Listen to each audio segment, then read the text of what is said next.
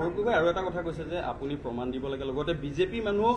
পাকিস্তানলৈ যোৱা নাই নেকি ব্যৱসায় বাণিজ্য কৰা নাই নেকি এনেকুৱা ধৰণৰ কালি কিন্তু সংবাদ মাধ্যমৰ প্ৰথম কথা যে বিজেপিৰ মানুহ যদি কোনোবা পাকিস্তানত গৈছে আমাক নাম দিলে আমি তৎকালীনভাৱে ব্যৱস্থা লওঁ যদি কোনোবাই ৰাষ্ট্ৰৰ কামত গৈছে ক্ৰিকেট খেলিব গৈছে ৰাষ্ট্ৰৰ কামত গৈছে ভাৰতৰ চৰকাৰৰ পৰা অনুমতি লৈ গৈছে এইটো বেলেগ কথা এতিয়াও যদি কালি ভাৰত পাকিস্তানৰ চুক্তি হয় কোনোবাটো পাকিস্তানত যাব লাগিব ৰাষ্ট্ৰৰ কামত বাদ দি কোনোবা যদি চুপে চাপে বিজেপিৰ নেতা পাকিস্তানত গৈছে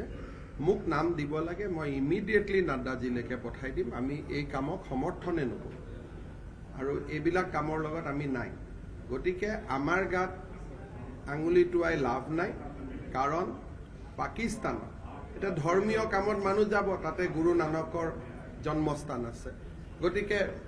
পাঞ্জাবৰ কংগ্ৰেছ বিজেপি সবেই যায় গুৰুদ্বাৰালৈকে বেলেগ কথা আৰু তাৰ কাৰণে স্পেচিয়েল অনুমতি লৈ যায় কিন্তু কোনোবাই যদি পাকিস্তানৰ লগত ব্যৱসায় কৰি আছে কোনোবাই যদি পাকিস্তান চৰকাৰৰ আমন্ত্ৰণত পাকিস্তান গৈছে বিজেপিৰ নেতা আমি নাম পালে ডেফিনেটলি মই ৰাষ্ট্ৰীয় সভাপতি নাড্ডা ডাঙৰীয়ালৈকে পঠাই দিম অসমবাসী তথা ডিমৰীয়াবাসীৰ বাবে এক সুখবৰ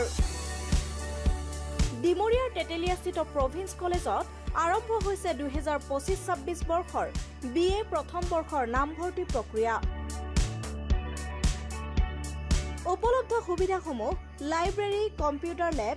ডিজিটেল ক্লাছৰুম উপযুক্ত হোষ্টেলৰ ব্যৱস্থা কেণ্টিনৰ ব্যৱস্থা ইত্যাদি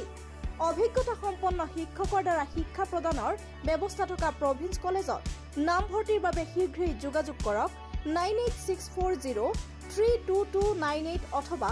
93650596565 নম্বৰত